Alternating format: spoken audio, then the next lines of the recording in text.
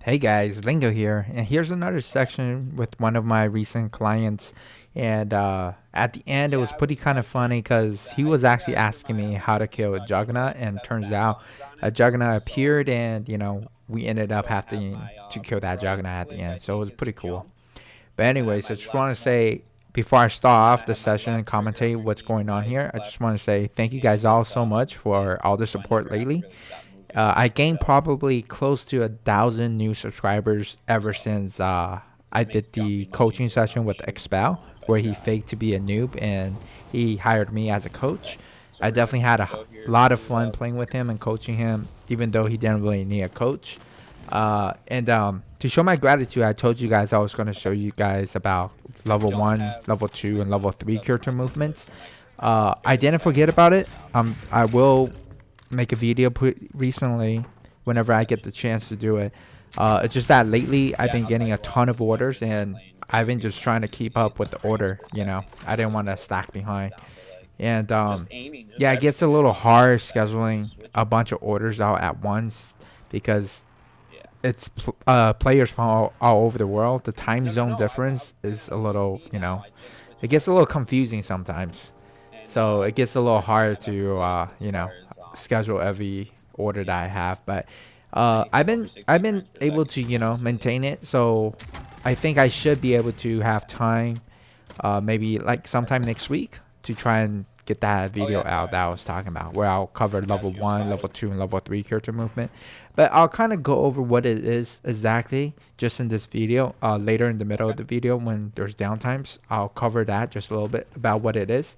And the video that I'm going to releasing will probably be more about why they're important and just kind of demonstrate what they are and how to apply it. And yeah, we'll go from there. So anyways, here's another training routine that I'm doing with my client. Obviously, before we do the training routine, I look at his basic skills. I do some testing phase and all that stuff, and then we jumped in. So basically what we're doing here is we're trying to practice how to use the minimap. So we're going to be popping the UAV a lot. And over the course of, when I'm playing with him, I'm always going to be calling out, hey, look at the minimap, look at the minimap, or stuff like that to try and, really force him to do some things that he might have not done before. And the most important thing here is learning how to play fast pace. So that's definitely one of the things that I'm pushing my clients a lot. And again, you can't hear any of my voice speaking because when I'm recording this, you can only hear the sound that comes out of my computer. So if I was to record my voice, I have to make it so I can hear my own voice, and then it gets a little weird. So I have that off. Anyways, right here, I'm trying to really push him to play fast pace. So we're trying to, try to get 4,000. And I always try to make sure that he's always near me and keep following my pacing to really push him to play much faster. And that's really, really important. And it's probably one of the hardest things to teach someone if they don't already have it, is learning how to play fast pace. So this is really something that I really play with my clients to make sure that they can actually do it. But anyways, right here what we're doing is we're trying to get 4,000 and pop a very early UAV. I skipped it a couple times, but we basically have UAV. We popped it. We also popped another one just now because we heard somebody flying in. We constantly have 4,000, and we always like buy UAV and hold on to another UAV just in case we need it. Basically, the concept here is we want to drop somewhere and basically kill every single team there.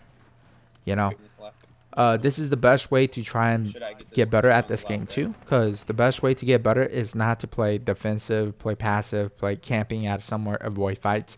There's no way you're going to get better that way. It's not going to be efficient. The most efficient way to get better is to try and get kills, try to build up your confidence, and get rid of your fear, because playing in fear will limit your skills. Let's say if your skill is actually 1.0 KD, but when you play Warzone, you fear a lot. Well, your 1.0 KD skills will actually be a lot lower now because you fear. So the way we're doing this to limit our fear, to get rid of our fear and to boost our confidence, is we're going to be using UAV as help. A lot of times people have the right idea. They're like, hey, you should play aggressive to get more kills, therefore you'll get better, which is true. And then they drop like Superstore. Well, you can't drop Superstore at the very beginning when you don't have the skill. You got to build up slowly. So in this case, the way we're going to build it up is with the help of UAV. You know, to slowly build up our confidence, to know how to engage people. And when the UAV is popped, you know, your fear should be less because you know exactly where everybody's at. Again, this is early game, so I'm not talking about like mid game where when you pop the UAV, there's a chance that they might be ghosted. I didn't really cover this because I was talking a little too much, but if you go back a little bit to the map, I was actually showing him where we should be positioning, because this is after the early game. We're starting to play mid position now.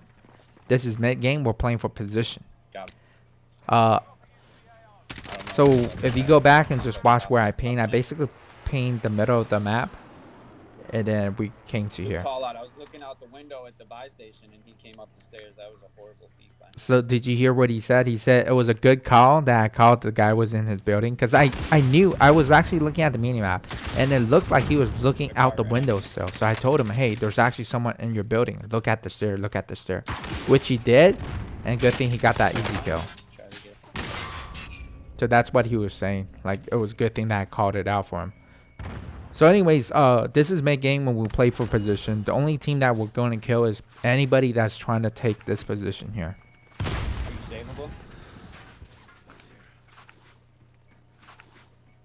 Oh, he's crawling up a bit. So good call out on his part too. He told me the team is coming back up. He actually shot him a couple times, so by the time he got to me, he was slightly damaged. It was just kind of unfortunate that we got pushed by multiple teams all at once. So it got a little hard to, you know, control. But honestly, like, I thought he was in the second floor. He actually went on the rooftop. Which is actually okay, but I kind of wish he was actually on the second floor instead of that rooftop. Right there he pushed, so I kind of pushed with him, but I think I'd rather just stay at our position still because we have high ground. Probably no reason to push, but since he pushed, I tried to back him up, and now we're kind of at this position now. Okay, so here's some downtime. Let's talk about what level 1 character movement is and level 2, level 3. Level 1 character movement is basically the ability to do 100% slide cancel in Warzone, and also the ability to play fast pace. Now, technically, you don't need to slide cancel 100%. I have seen some very good players who can slide cancel 100%, but they choose not to. But there really is no reason why you shouldn't be slide canceling 100%. Besides the fact that you're just being lazy. But if you choose not to slide cancel 100%, then it's okay. But make sure that, you know, during the tense moments, you are able to perform slide cancel perfectly without any mistakes. And then that's basically level 1. You know, slide cancel 100% in Warzone and learning how to play fast pace. Learning how to play fast pace is probably the most difficult thing to teach someone if you don't already have it. Level 2 character movement is basically combat movements, combat skills such as drop shots, jump shots, and duck shots. Those are the 3 most common combat movements. And then level 3 is the combination of everything. There's one thing that I didn't cover, but that's level 1 awareness, which is internal monitor movement. It's how you're turning your screen around and everything. So level 3 is a combination of all of those. It's level 1 internal monitor movement combined with level 1 character movement combined with level 2 character movement, which is the combat movements. It's combining all 3 of those together, and that's going to allow you to change your positions during combat. That's positioning skill. That's level 3 character movement. And that's the skill that you need in order to drop like Superstore and actually survive. I'm pretty good at positioning skills, but not as good as I used to be because I've been doing so much coaching. I've been trying to see if I can get my positioning skills even a little bit more better. So I've been trying solo solo trios.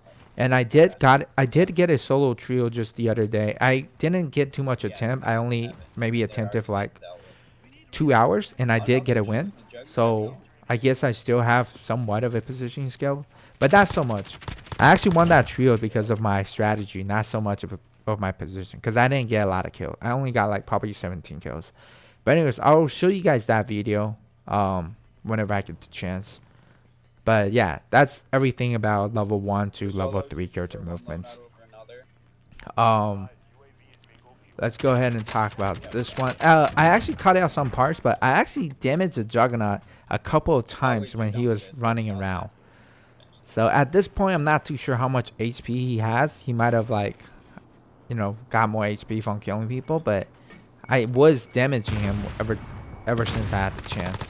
Right here, I'm not using my assault rifle because I was running out of bullets, and they're not like super far, so I'm preserving my bullets. So I'm using this MP5 instead. So it was funny because my client was actually asking me like how to kill a Jugg, and it turns out we got a Jugg in the game, and I was explaining to him how to kill a Jugg. But basically, this is how you kill a Jugg if you don't already know it. Precision airstrike and cluster is your best choice. You gotta catch the Jugg out in the open. Use your precision or cluster. The Jugg moves so slow, like you usually hit him with the precision or cluster, and those will usually do so much damage that they're basically dead if it doesn't already kill them. The other way to kill them is with the sniper rifle. I actually thought that was a guy in the bush. It looked like it. So another way is to use the sniper rifle and shoot the Jugg in the head. But obviously I don't have a sniper rifle. Then obviously the second chance is, the third option is to use your assault rifle and shoot it at the head. But here's the key point.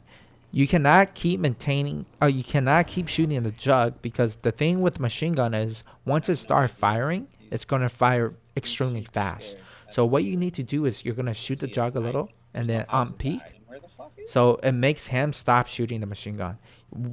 Essentially what you want is you want the Jugg to shoot and stop shooting and then start shooting again, because the machine gun takes a long time to start shooting.